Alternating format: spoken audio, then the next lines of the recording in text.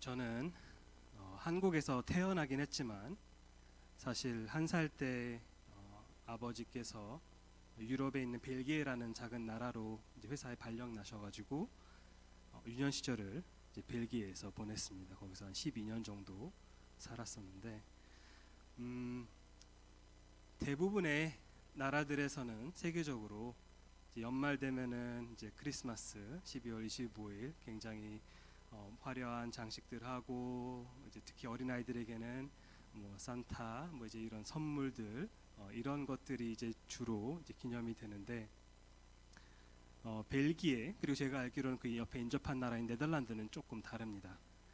거기서는 아이들이 12월 25일을 내다보기보다는 기대하기보다는 12월 6일을 더 간절히 기대합니다. 왜냐하면은 문화가 조금 다르기 때문입니다. 12월 6일에 아이들은 선물을 받습니다. 벨기에랑 네덜란드 이런 아이들은 왜냐하면은 거기서는 산타가 아니라 신터클라스라고 하는 그런 존재가 스페인에서 배를 타가지고 와가지고 아이들에게 막 선물을 나눠주는 그러한 전설을 토대로 이제 기념을 합니다.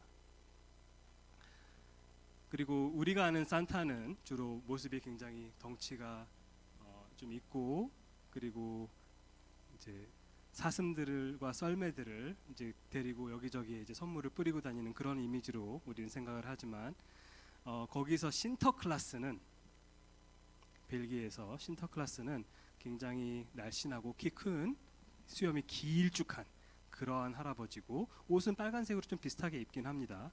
그리고 사슴들을 데리고 다니지 않고 다른 이제 흑인 종들을 이렇게 데리고 선물들을 막 베풀고 다닙니다. 자, 왜 거기서는 이제 신터클라스를 기념하느냐? 신터클라스가 결국에는 산타클로스랑 같은 존재이거든요. 이름도 비슷하죠. 신터클라스, 산타클로스. 옛날에 역사적인 그 유래를 이제 한번 살펴보면은 4세기 때 니콜라스라는 사람이 있었다고 합니다. 그리고 옛날 성인을 우리는 이제 성 앞에 이제 붙는 그런 경향이 있죠. 그래서 이제 성 니콜라스, 성도인 니콜라스라는 그런 사람이 있는데 이제 옛날 일이라서 그 역사를 다 정확하게 파악하기는 조금 어렵지만은 그래도 나름 어떤 역사적인 흐름을 이제 되짚어 봤을 때 이제 성 니콜라스라는 사람이 300년대에 살았던 사람인데 이 사람이 니케아 공의회라는 데 참석한 사람 중에 한 명이라고 합니다. 니케아 공의회라는 이름을 들어보신 분들이 계실지도 모르겠지만은 325년에 예수 그리스도의 이제 신성의 문제를 논하기 위해서 열린 공적인 의회였습니다. 거기서 이제 아리우스라는 알렉산드리아 출신의 어떤 리더가 예수 그리스도는 전에도 말씀드린 것인 것 같지만 예수 그리스도는 일반적인 사람들보다는 더 월등한 그러한 특별한 존재지만 근데 하나님 아버지보다는 열등한 그런 존재다. 그래서 예수 그리스도는 하나님 아버지가 모든 것이 존재하기 전에 가장 처음으로 창조한 어떤 그런 존재고 그 이후에 나머지 모든 것들이 다 예수 그리스도를 통해서 만들어졌다. 이제 이런 식으로 예수 그리스도를 이해하고 가르치기 시작했습니다. 그래서 당시 알렉산드리아뿐만 아니라 이것이 굉장히 큰 논란이 되어가지고 로마 각지에서 수많은 교회 리더십들이 다 니케아라는 곳에 모여가지고 특히 콘스탄틴 황제의 어떤 그러한 주관하에 공의회를 열어서 이 문제에 대해서 논하기 시작합니다. 예수 그리스도께서 온전한 하나님의 본질을 갖고 계신 참 하나님이시냐 아니면은 뭔가 특별한 존재이긴 하지만 하나님과 완전히 같은 본질은 아니신 상대적으로 좀 열등하다고 볼 수 있는 영원한 존재가 아닌 어떤 그러한 존재냐 이것을 논하기 위해서 수많은 사람들이 모였습니다.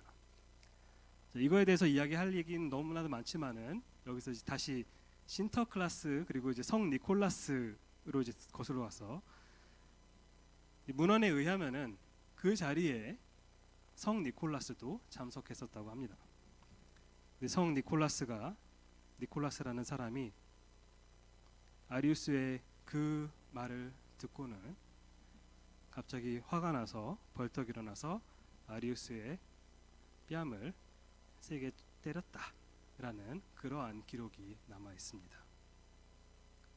그러면서 제가 읽은 문헌에 의하면은 내가 이러한 예수 그리스도를 믿고 의지하기 위해서 여태까지 그분을 위해서 고난을 감수했단 말인가? 내가 그분을 위해서 지금까지 이렇게 수많은 고난이 많은 그런 생활을 했단 말인가? 참 하나님이 아닌 존재를 위해서? 말도 안 된다 라고 얘기하면서 그렇게 했다고 이제 나와 있습니다. 그리고 나서 황제 앞에서 그렇게 했기 때문에 잠깐 수감되었다가 나중에 결국에는 그 공의회에서 아리우스가 주장했던 그런 그 잘못된 사상이 이단으로 이제 판정나고 나서 얼추 그래서 그 이후에는 다시 풀려났다고 합니다. 자, 이 성 니콜라스가 바로 그 신터클라스 그리고 우리가 더 익숙하게 알고 있는 산타클로스의 이제 그 기원이라고 볼 수 있겠습니다. 이 이야기를 말씀드리는 이유는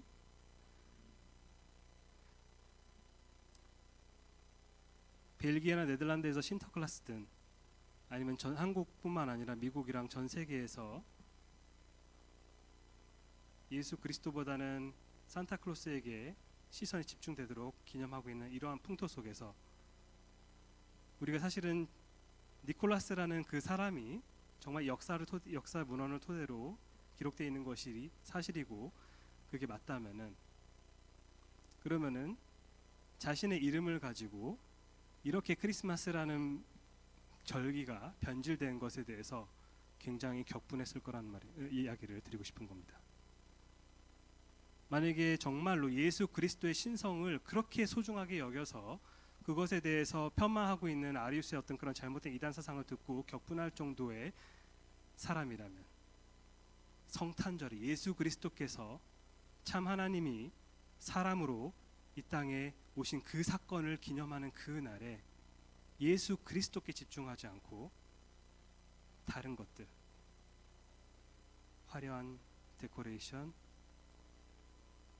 선물, 사탕, 파티 이런 것들을 주목하게 만드는 이 오늘의 이 분위기를 봤을 때 굉장히 속상했을 겁니다.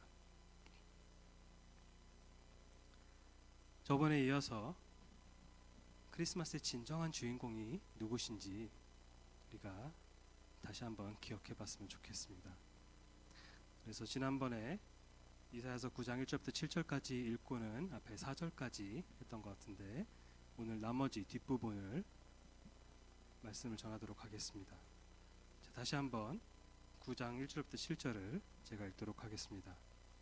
전에 고통받던 자들에게 흑암이 없으리로다. 옛적에는 여호와께서 스불론 땅과 납달리 땅이 멸시를 당하게 하셨더니 후에는 해변길과 요단 저쪽 이방의 갈릴리를 영화롭게 하셨느니라.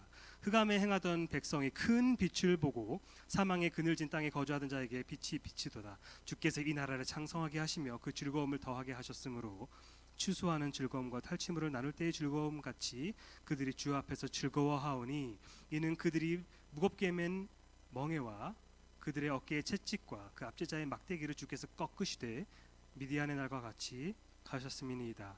어지러이 싸우는 군인들의 신과 피 묻은 겉옷이 불의 섭같이 살라지리니 이는 한 아기가 우리에게 낳고 그 아들을 우리에게 주신 바 되었는데 그의 어깨에는 정사를 메었고 그의 이름은 기묘자라 모사라 전능하신 하나님이라 영존하시는 아버지라 평강의 왕이라 할 것임이라.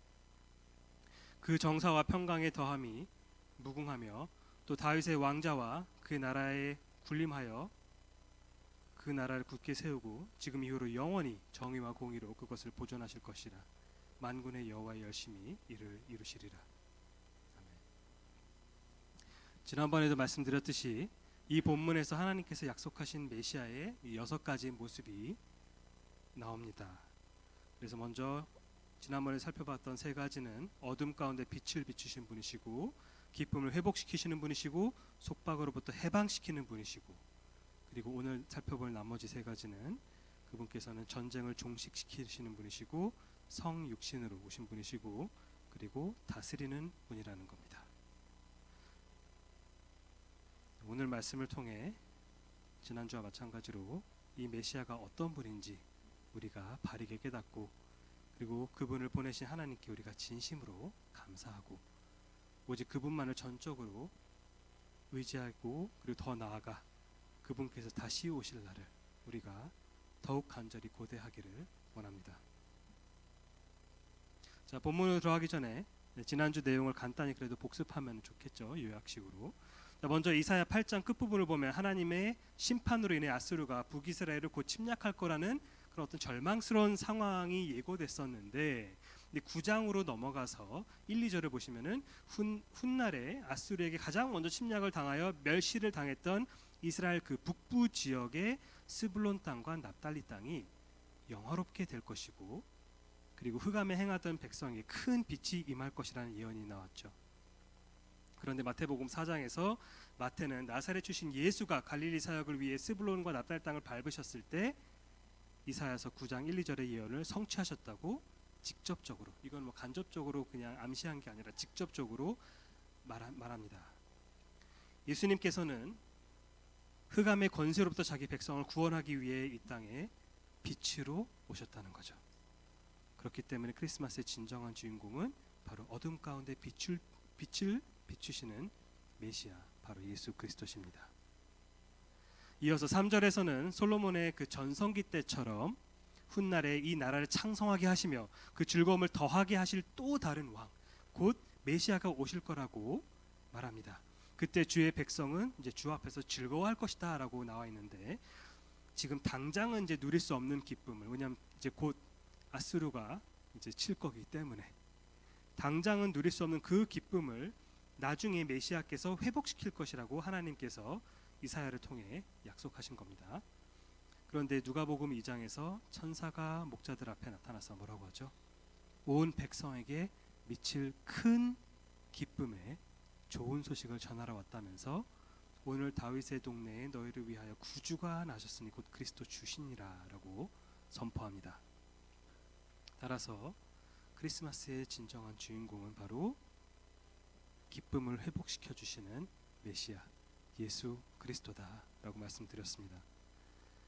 그리고 이어서 4절을 보시면은 주께서 무겁게 맨 멍에와 어깨의 채찍과 압제자의 막대기를 꺾으실 것이라고 나오는데, 과거에 여호와 하나님께서 애굽과 미디안으로부터 이스라엘을 건져내셨듯이 훗날에 메시아를 통해 더 궁극적인 해방을 이루실 것이라는 그런 약속을 지금 하고 있는 겁니다.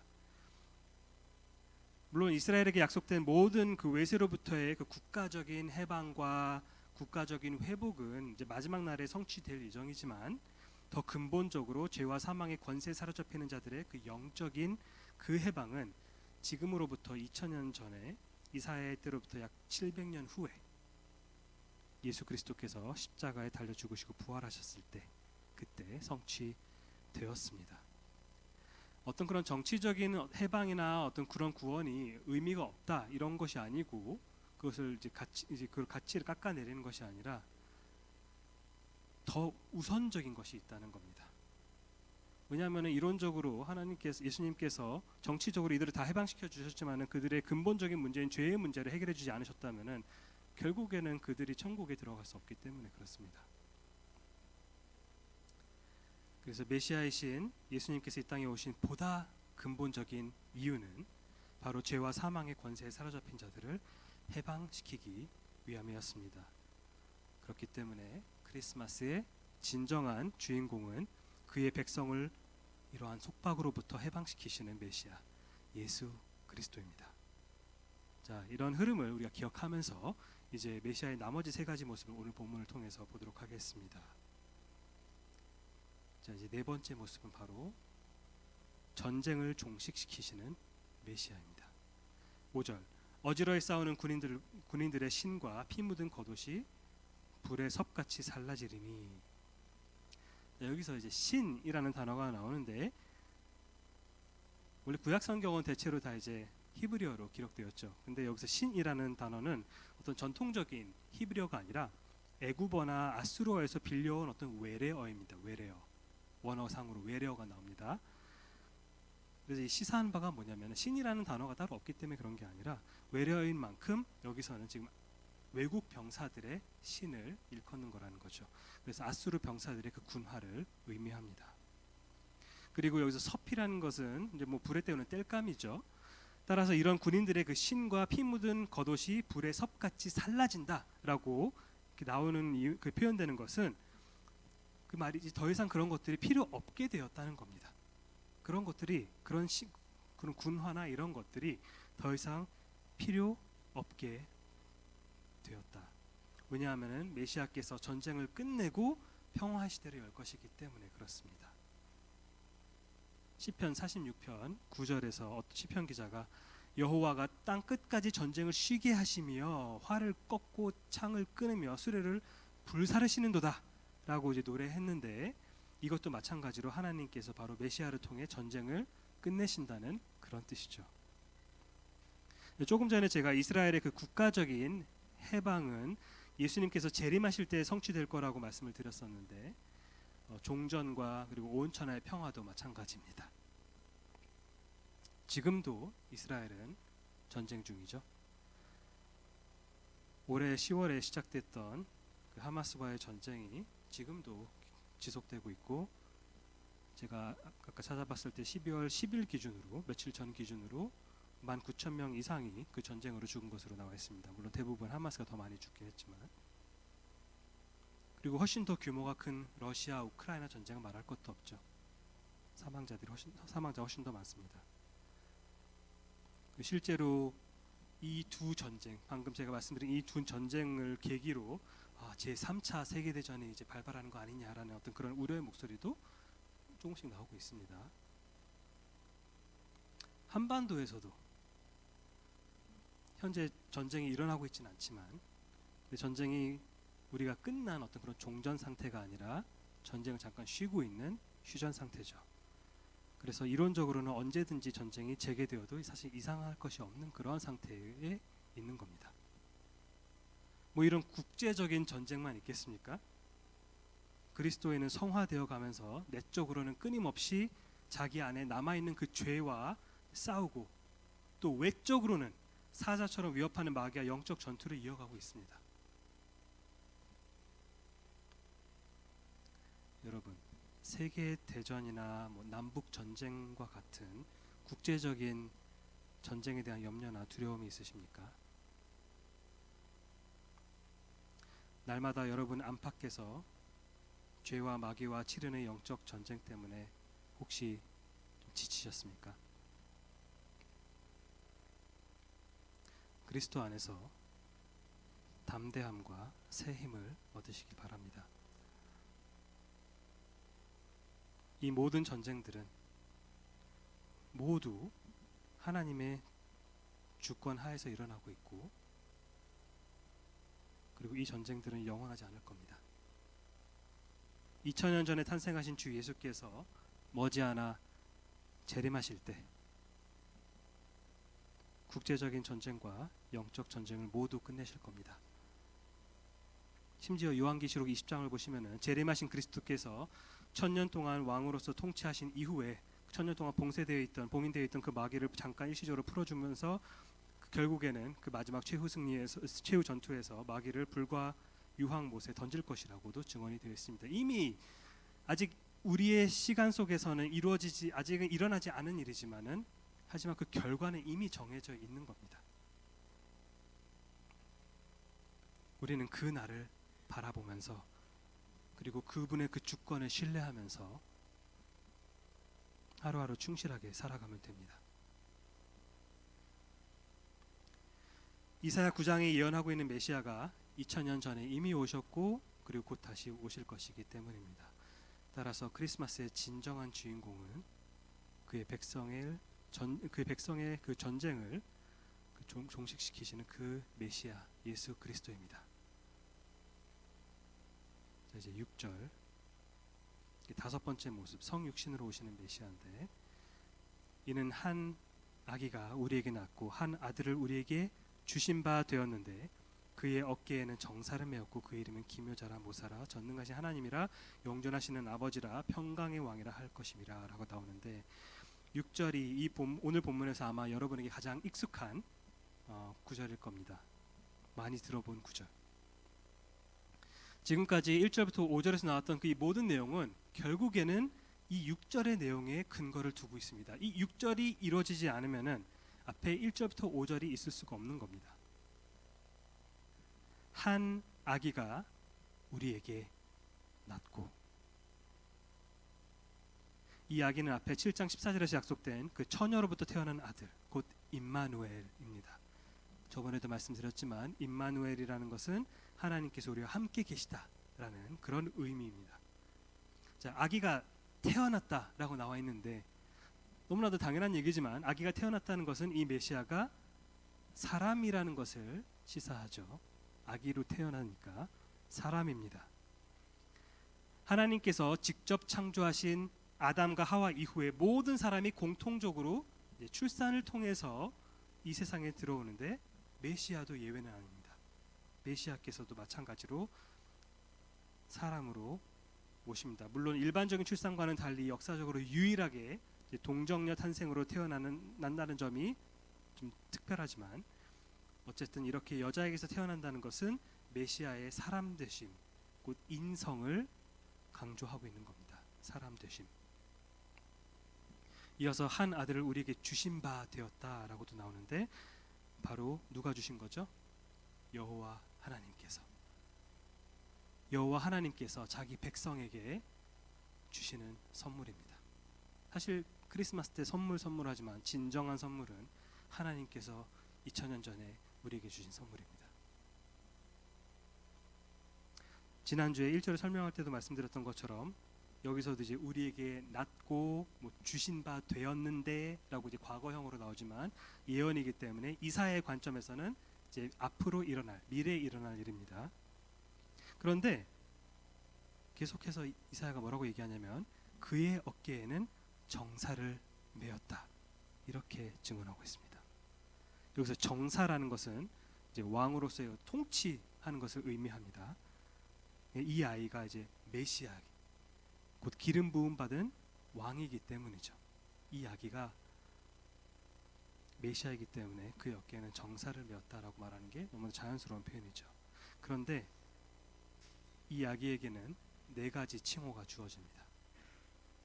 개역개정에서는 아까도 읽었지만 그의 이름은 기묘자라 모사라 전능하신 하나님이라 영존하시는 아버지라 평강의 왕이라 할 것이라 라고 하면서 총 5가지를 나열하는데, 사실 그 뒤에 전능하신 하나님, 영존하시는 아버지, 평강의 왕, 이걸 보면은 이 두 단어가, 이 히브리어로도 마찬가지입니다. 이 두 단어가 짝을 이루기 때문에 앞에 기묘자 모사라고 나오는 것도 사실은 같이 묶이는 게 좀 자연스럽습니다. 그래서 기묘자 따로 모사 따로가 아니라 기묘한 모사다. 그래서 실제로 영어 성경을 보시면은 대체로 다, 여러 영어 성경 번역들이 있지만 대체로 다 묶어서 Wonderful Counselor, 기묘한 모사다라고 하나의 이름으로 묶습니다. 자, 기묘한 모사라는 칭호에서 기묘하다라는 말은 이제 놀랍다, 경이롭다, 기적적이다 라는 그런 뜻이기 때문에 뭔가 좀 초자연적인 어떤 그러한 의미가 내포되어 있습니다. 초자연적인 분이다. 그리고 이제 모사라는 것은 어떤 일을 이루기 위해 어떤 꾀나 이제 지혜를 내는 사람을 의미하겠죠. 따라서 기묘한 모사다라고 할 때 이것은 경이롭고 초자연적인 어떤 지혜를 토대로 조언하거나 계획을 세우는 그런 사람, 계획을 짜는 사람, 그 사람, 초자연적인 지혜를 가지고 그렇게 하는 사람을 바로 기묘한 모사라고 하는 겁니다. 그런데 이렇게 기묘한 지혜를 토대로 조언하고 계획을 할 수 있는 존재는 성경상에서 오직 하나님밖에 없다고 말합니다. 이사야서 28장 29절을 보시면 같은 책이니까 같은 책 안에서 비슷한 개념이 나타나면 더 뭔가 연결시키기가 쉽죠. 왜냐하면 저자가 같은 생각을 하고 있었을 거라고 우리가 추정할 수 있으니까. 이사야서 28장 29절을 보시면은 여호와의 경영은 기묘하며 지혜는 광대하니라라고 나옵니다. 그리고 이사야서 40장 13, 14절에서도 이렇게 나오죠. 누가 여호와의 영을 지도하였으며 그의 모사가 되어 그를 가르쳤으랴.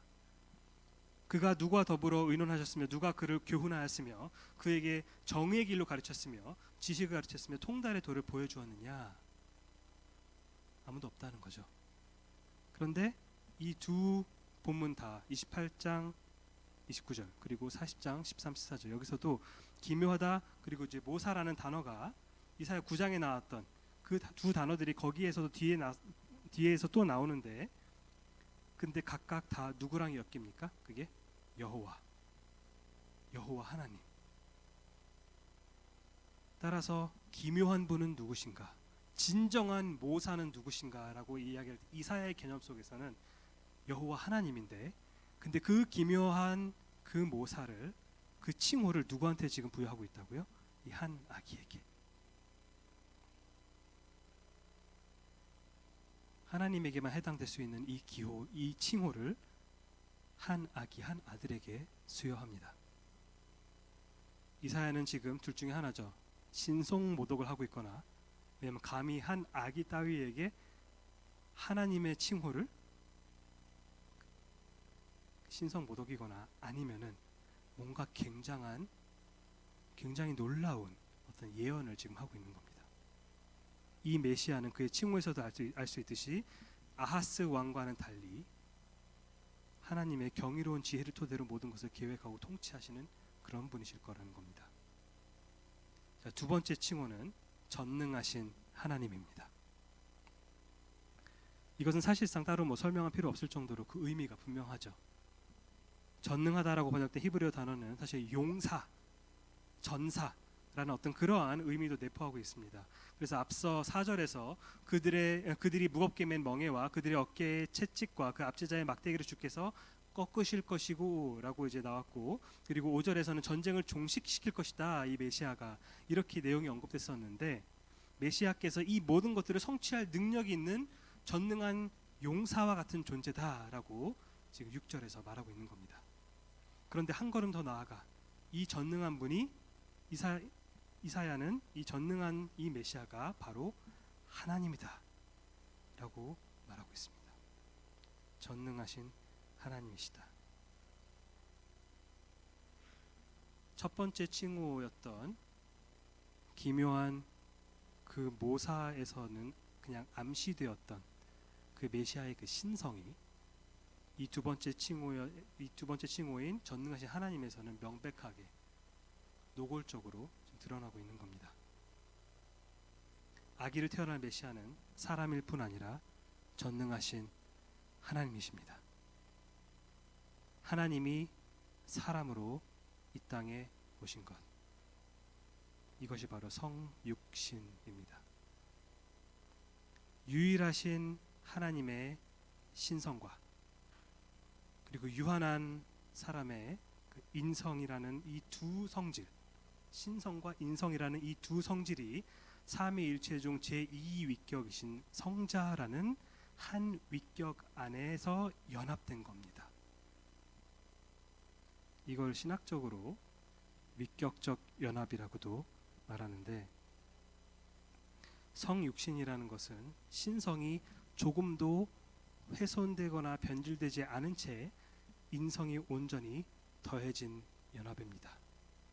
성육신을 굉장히 우리가 예수님께서 성육신 오셨다, 하나님 사람, 오케이, 이렇게 생각할 수 있지만은 구체적으로 그것을 정말로 잘 분별하면서 이해를 해야 됩니다. 그렇지 않으면은 예를 들면 이제 아리우스와 같은 어떤 잘못된 그릇된 어떤 이해로 변질될 수가 있기 때문에 그렇습니다. 주후 451년에 칼케돈 공의회에서 작성된 칼케돈 신조는 그리스도에 대한 아주 중요하고 무게 있는 신앙 고백을 담고 있는데, 한번 읽어볼 테니까 들어보시기 바랍니다. 우리는 교부들의 가르침을 본받아 다음의 사실을 고백해야 할 것을 만장일치로 가르치는 바이다. 우리 주 예수 그리스도는 아버지 하나님과 완전히 동일하신 하나님이시며 이 동일하신 분 예수 그리스도는 신성에 있어서 완전하시고 인성에 있어서 완전하시며 참 하나님이시며 참 인간이시고 이성을 갖고 있는 영혼과 그리고 또 몸으로 구성되셨다. 그는 신성에 있어서 아버지와 동일한 본질이시고 인성에 있어서 우리와 동일한 본질이시지만 죄를 제외하고는 우리와 똑같으시다. 그는 신성에 관한 한 시간 이전에 아버지로부터 태어났고 이걸 영원한 출생이라고 하고 그게 독생자라는 의미입니다. 영원 전부터 아버지로 태어나셨고 그의 인성에 관하여는 이 동일하신 분이 마지막 날에 우리와 우리의 구원을 위해 동정녀 마리아에게서 나셨으니 이 마리아는 하나님의 어머니이시다. 예수님께서 하나님이시기 때문에 이 동일하신 그리스도는 하나님의 아들이시요 주님이시요 독특하게 태어나신 분이신데 우리에게 두 본성으로 되어 있으심이 알려진 바 이 두 본성은 혼돈이 없고 변화도 없으며 분리될 수 없고 동떨어질 수도 없는 연합체이다. 이게 바로 위격적 연합입니다. 그런데 이 두 본성은 이 연합으로 인해서 결코 없어질 수 없으며 각 본성의 속성들은 한 위격과 한 실제 안에서 둘 다 보존되고 함께 역사한다. 예수 그리스도는 한 위격 안에 신성과 인성이 둘 다 실제하면서 함께 역사한다는 겁니다. 주 예수 그리스도는 두 위격으로 나뉘시거나 분리될 수 없다. 이분은 동일하신 아들이시요 독특하게 태어나신 분이시요 독생자를 의미합니다. 신적인 말씀이시다. 이에 관하여는 구약의 예언자들 복음서의 예수 그리스도 자신이 가르치시는 바요 교부들의 신조가 우리에게 전하는 바이다. 이게 바로 칼케돈 신조입니다. 교회사적으로 너무나도 중요한 신조인데 이럴 때 아니면 제가 언제 이런 신조를 읽을까 싶어서 한번 길지만 읽어봤습니다. 아까 신조 중간에 두 본성은 신성과 인성은 그리스도 안에서 혼돈이 없고 변화도 없고 분리될 수도 없고 동떨어질 수도 없는 연합체이다라는 말이 나왔었는데 이것이 바로 신성과 인성이 그리스도라는 한 위격 안에서 연합된 그 위격적 연합을 의미합니다. 이게 그렇게 왜 수식어가 많냐면은 다양한 견해들이 있었기 때문에 그렇습니다. 신성과 인성이 짬뽕 돼가지고 뭔가 제3의 이상한 신성도 아니고 인성도 아닌 제3의 본성으로 바뀌었다라고 주장했던 사람도 있고 어떤 사람들은 신성을 더 부각시키려고 했고 그러니까 신성에 비해서 인성은 좀 부족하다. 내지는 반대로 인성을 더 부각시키고 신성이 좀 부족하거나 이렇게 되는 경우들이 있었기 때문에 여기서는 둘 다 온전한 본성이 한 위격 안에 둘 다 공존하지만 그렇다고 칼같이 딱딱해서 분리시킬 수는 없지만 그렇다고 이상하게 섞여버렸다는 뜻도 아니고 한 위격 안에 그 두 가지가 다 그냥 공존하는 거다라고 말하고 있는 겁니다.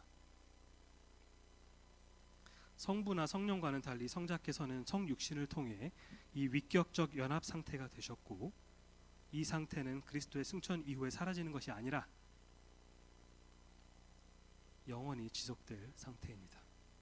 예수 그리스도의 그 육체는 부활하신 그 몸은 이제 영원합니다. 영원합니다.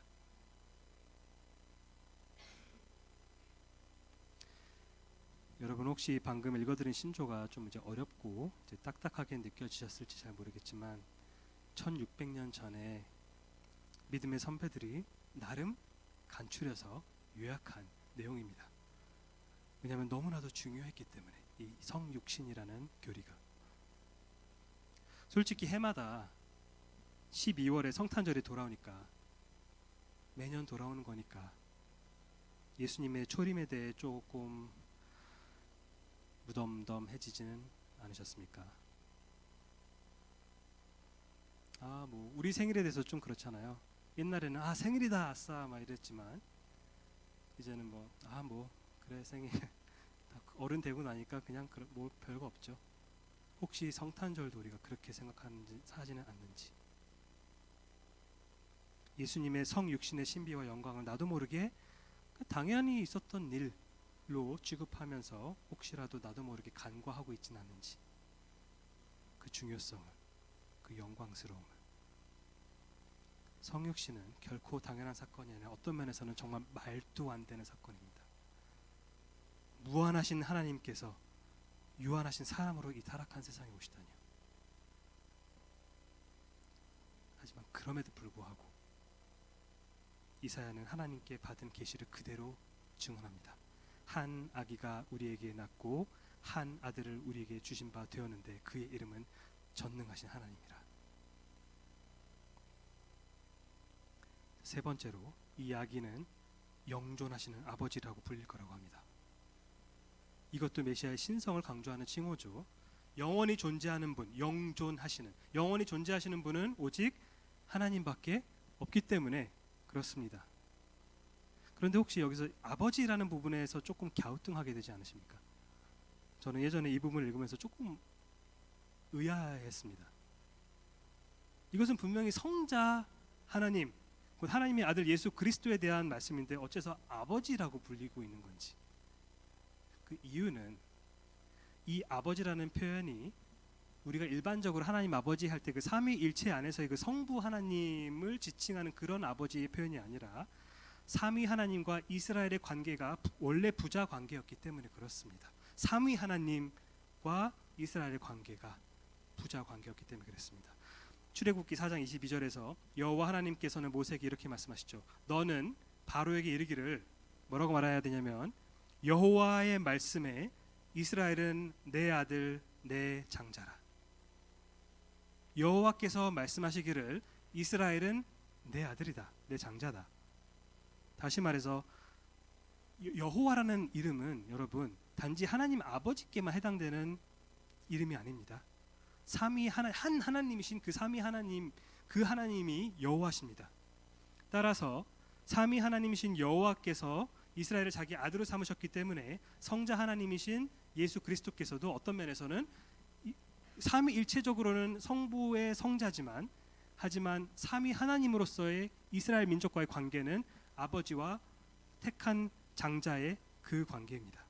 근데 이게 지금 이스라엘 민족에게 하고 있는 이야기지 않습니까? 1차적으로. 그렇기 때문에 여기서 영존하는 아버지라 그 아기가 왜냐하면 여호와시기 때문에 그렇게 이해할 수 있습니다. 더 나아가 메시아께서는 아버지와 같은 존재이시기 때문에 이 아버지라는 단어가 또 시사하는 우리에게 주는 그 의미가 있지 않습니까? 어떤 폭군처럼 강압적으로 아수르의 어떤 그런 제국적인 어떤 그런 폭군의 통치로서 다스릴 것이 아니라 아버지와 같이, 물론 그게 뭐 만만하다는 뜻이 아니라 때로는 엄격하고 우리가 잘못했을 때 우리를 징계하시겠지만 하지만 그럼에도 불구하고 사랑으로서 인자함으로써 우리를 인도하실 거라는 거죠. 자, 그리고 마지막으로 이 아기는 평강의 왕이라고 불릴 거라고 합니다. 자, 평강의 왕.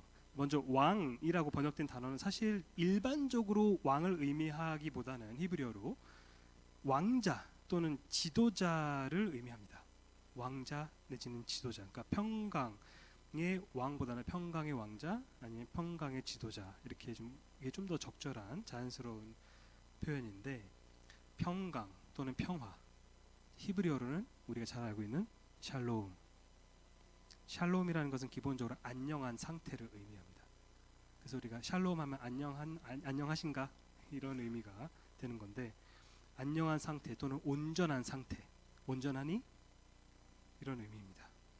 여기서는 맥락상 앞에서 언급됐던 전쟁의 종식과 연결시켜서 이해할 수 있는데, 이사야서 2장 4절에서 뭐라고 나오냐면 여호와가 열방 사이에 판단하시며 많은 백성을 판결하시리니 무리가 그들의 칼을 쳐서 보습, 그러니까 농기구의 일종이죠. 그 보습을 만들고 칼을 쳐가지고 보습을 만들고 그들의 창을 쳐서 낫을 만들 것이며 이 나라와 저 나라가 다시는 칼을 들고 서로 치지 아니하며 다시는 전쟁을 연습하지 아니하리라 라고 나오는데, 다시 말해서 전쟁이 완전히 근절된 궁극적인 평강을 말하는 거죠. 그런데 여기서 이런 궁극적인 평강을 이루시는 주체가 누구로 나옵니까? 여호와 하나님. 여호와 하나님. 이 궁극적인 평강, 이 평화를 이루시는 분이 여호와 하나님입니다. 근데 이 아기에게 어떤 칭호가 붙는다고 나오죠? 평강의 왕자 또는 평강의 지도자. 따라서 여호와가 곧 평강의 왕자, 근데 그 평강의 왕자가 곧 이 아기, 이렇게 연결이 되는 겁니다. 그래서 평강의 왕자가 바로 예수 그리스도십니다. 이 궁극적인 평강은 예수님께서 재림하실 때 성취되겠죠. 아직까지 이 세상엔 아까도 말씀드렸지만 온전한 평화가 아직은 임하지 않았습니다. 하지만 초림 때는 어떤 면에서는 더 근본적인 평화를 성취하셨는데, 하나님과 그분의 원수인 죄인들 사이에 화평을 이루기 위해 십자가 위에서 죄인들을 대신해 죽으심으로써 구속사역을 성취하신 거죠. 이 때문에 누가복음 2장 14절에서 천사들이 아기 예수의 탄생을 찬양할 때 뭐라고 부르죠? 지극히 높은 곳에서 하나님께 영광이요, 땅에서는 하나님이 기뻐하신 자들 중에 평화로다. 평화로다. 아기 예수가 탄생했기 때문에 이렇게 가능하다는 거죠. 그리고 바울은 로마서 5장 1절에서 그러므로 우리가 믿음으로 의롭다 하심을 받았으니 우리 주 예수 그리스도로 말미암아, 예수 그리스도를 통해서 하나님과 화평을 누리자. 왜냐하면 그분을 통하지 않고서는 화평이 이루어질 수 없기 때문에 그렇습니다. 6절에 정말 많은 내용이 담겨 있지만 한마디로 요약하자면 바로 메시아의 성육신입니다. 이 메시아 곧 그리스도께서는 참 사람이자 참 하나님이십니다. 그분께서 이렇게 성육신으로 오셔야 했던 근본적인 이유는 하나님과 사람 사이에 중보자 역할을 하기 위해서였습니다. 디모데전서 2장 5절, 하나님은 한 분이시요 또 하나님과 사람 사이의 중보자도 한 분이시니 곧 그리스도 예수라. 방금 전에도 말씀드렸지만 거룩하신 하나님과 그리고 항상 그분께 반역해왔던 죄인들 사이의 그 화평을 이루기 위해서 하나님과 사람 모두 양측을 다 대변하는 중보자가 필요했고, 그 중보자가 바로 성육신 하나님이신 예수 그리스도라는 겁니다. 그리고 그 중보 사역, 그 화해 사역은 결국 결정적으로 어디에서 성취되었습니까? 십자가 위에서. 따라서 성탄절을 기념할 때, 이게 좀 낯설게 들으실지 모르겠지만 성탄절, 예수님이 태어나신 것, 아기 예수가 이 땅에 나오신 것을 우리가 기념하는 날에 우리는 단지 아기 예수의 탄생을 기념하는 것에 그치는 것이 아니라 그분이 왜, 무엇을 위해 이 땅에 사람으로 태어나셨는지를 기억하며 그분을 기념해야 한다는 겁니다. 다시 말해 그리스도께서 이 땅에 오신 목적은 십자가 위에서 자기가 택하신 자들, 창세전부터 택하신 자들을 위해 대속적으로 죽기 위해 오셨다는 그 사실을 기억하면서 우리가 성탄을 기념해야 된다는 겁니다. 이 사실을 놓치면 우리는 성탄절의 본질을 놓치는 겁니다. 우리가 십자가를 잊고 구유에 누인 아기 예수만을 생각하면은 우리는 성탄절의 본질적인 의미를 놓치는 겁니다. 자, 마지막으로 그분께서 성육신으로 오신 이유는 그분의 통치와도 관련이 있습니다. 바울은 골로새서 2장에서 예수 그리스도에 대해서 그 안에는 신성의 모든 충만이 육체로 가시고 너희도 그 안에 충만하였으니 그는 모든 통치자와 권세의 머리시라 라고 이야기한 적이 있죠. 오늘 본문에서는 특히 7절에서 이사야서 9장 7절에서 메시아의 통치와 관련된 성육신의 그 이유가 이제 강조되고 있는데, 7절을 보시면은 그 정사와 평강의 더함이 무궁하며 또 다윗의 왕자와 그의 나라에 군림하여 그 나라를 굳게 세우고 지금 이후로 영원히 정의와 공의로 그것을 보존하실 것이라 만군의 여호와 열심히 이를 이루시리라라고 나오는데, 우선 메시아의 그 정사와 평강의 더함이 이제 무궁할 것이다라고 하는 것을 이사야가 예언하고 있죠. 아하스 왕이나 다른 왕들과는 달리 메시아의 통치와 그 통치로 인한 그 평강은 끊임없이 번성할 것이다 라고 말하고 있는 겁니다. 또 다윗의 왕자와 그의 나라에 군림하여 라고 이어서 이야기를 하는데, 메시아 또한 다윗의 왕위를 계승하는 존재라는 것을 우리가 여기서 알 수 있죠. 우리가 다윗 하면은 일반적으로 우리가 가장 먼저 본능적으로 생각하는 거는 골리앗을 이긴 사람일지 모르겠으나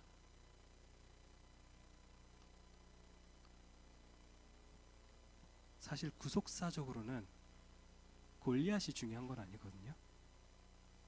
구속사적으로는 다윗이 구속사적으로 중요한 진짜 이유는 다윗이 골리앗을 이겼기 때문이 아니라 바로 하나님께서 다윗과 맺은 다윗 언약이 있습니다. 사무엘하 7장 11절 후반부에 보면은 후반부에서 13절까지를 보시면은 하나님께서 다윗에게 이런 약속을 하시죠. 여호와가 너를 위하여, 다윗에게 말씀하시는 겁니다. 여호와가 너를 위하여 집을 짓고 내 수환이 차서 내 조상들과 함께 누울 때 내가 내 몸에서 내 씨, 다윗의 씨, 그 내 씨를 내 뒤에 세워 그의 나라를 견고하게 하리라. 그 씨는 내 이름을 위하여 집을 건축할 것이요 나는 그의 나라 왕위를 영원히 견고하게 하리라 라고 약속하십니다. 한마디로 다윗의 왕위는 영원할 것이고 그 영원한 통치를 하게 될 자가 바로 다윗의 씨, 다윗의 자손인데 그 다윗의 자손이 바로 예수 그리스도라는 겁니다. 그래서 마태복음 1장 1절에서 어떻게 시작합니까? 마태가 아브라함과 다윗의 자손 예수 그리스도의 계보라. 이것은 그냥 단순한 그렇다라고 말하고 그냥 어떤 그런 디테일을 얘기하고 넘어가는 별 의미 없는 생략해도 되는 그런 구절이 아니라 다윗 언약에서 약속된 다윗의 씨, 곧 다윗의 왕위를 영원히 견고하게 할 그 메시아, 그 메시아가 바로 이 예수 그리스도시다라고 마태가 초반부터 선언하고 복음서를 시작하는 겁니다. 복음서에서 예수님이 다윗의 자손이라고 여러 차례 불리죠. 특히 나귀를 타고 예루살렘에 입성하실 때 군중들이 뭐라고 외치죠? 호산나, 다윗의 자손이요. 호산나라는 것은 우리를 구원하소서라는 뜻입니다. 그런데 아까 6절에서 강조하고 있는 것이 바로 이 다윗의 자손으로 태어날 메시아가 성육신 하나님이시라는 겁니다. 9장 7절 다시 돌아가서 뒷부분 보시면 그 나라를 굳게 세우고 지금 이후로 영원히 정의와 공의로 그것을 보존하실 것이라 라고 나오는데, 다시 말해 이 신성한 메시아는 아하스나 다른 왕들과는 달리 영원한 정의와 공의로 다스리신다는 겁니다. 여러분이 각자 개인적으로 어떤 정치적으로 어느 당을 지지하시든 간에 한 가지 확실한 것이 있는데, 모든 인간 위정자들은 죄인이기 때문에 그 인격과 정치에 흠이 있기에 마련입니다. 물론 성경적 가치관에 상대적으로 좀 더 부합하는 정치를 하는 사람들이 있을 수도 있고 더 위배되는 정치를 하는 사람들이 있을 수도 있겠죠. 하지만 우리 삶과 우리 사회를 근본적으로 의탁할 만한 위정자는 사실 존재하지 않는다는 겁니다. 반면에 메시아께서는 진정한 정의와 공의로 다스릴 왕이시기 때문에 그분을 전적으로 신뢰할 수 있는 겁니다.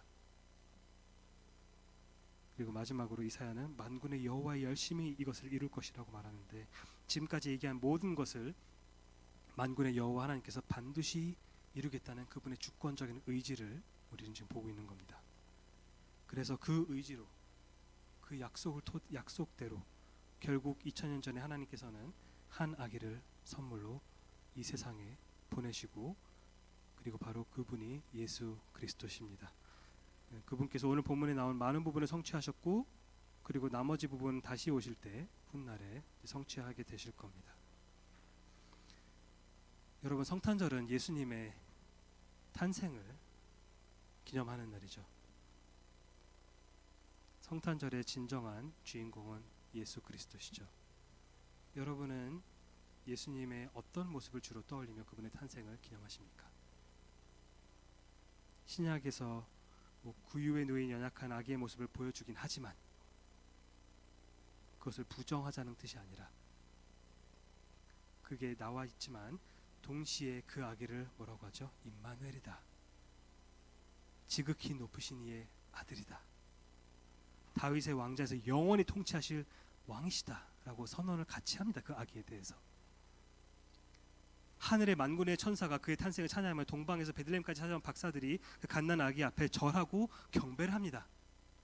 말 한마디 못하고 응애응애하고 있는 그 아기 앞에서.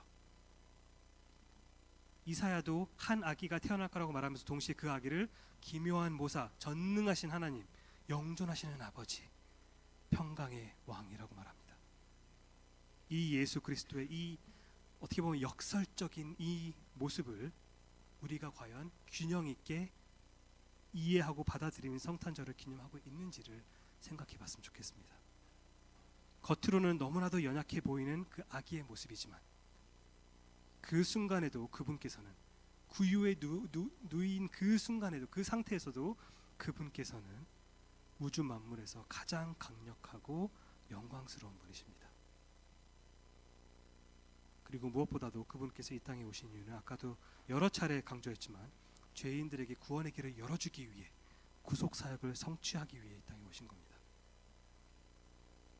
그리고 그 사역을 성취하신 이후에 그분은 부활하시고 승천하셨고 장차 영광 중에 다시 오셔서 구속사를 완성시킬 겁니다. 우리가 오늘 지난주랑 오늘 포함해서 6가지 모습으로 메시아를 살펴봤는데 여러분 이 메시아의 그 모습들 그리고 그 모습과 같이 수반되는 그 혜택들 그것들은 예수 그리스도를 믿고 의지하지 않고서는 함께 누릴 수가 없는 겁니다. 그래서 혹시라도 아직 예수 그리스도를 매해 성탄절이 이렇게 지나가지만 그 성탄절의 진정한 주인공인 예수 그리스도를 믿고 의지하지 않는 분이 있다면 아직 본인의 죄를 알지 못하고 회개하지 않으신 분이 계시다면 아직 늦지 않았으니까 이 아이 앞에 이 메시아 앞에 이 영광스러운 하나님의 아들 앞에 무릎 꿇고 전적으로 매달리시기 바랍니다. 그리고 이미 그렇게 하신 성도님들은 정말 이 메시아를 우리가 풍성하게 생각하면서 그분의 성탄을 기념하는 이 올해 크리스마스가 되기를 간절히 바랍니다. 자, 오늘 살펴보면 예수님의 모습을 생각하면서 다 함께 찬송가 122장 참 반가운 성도여 함께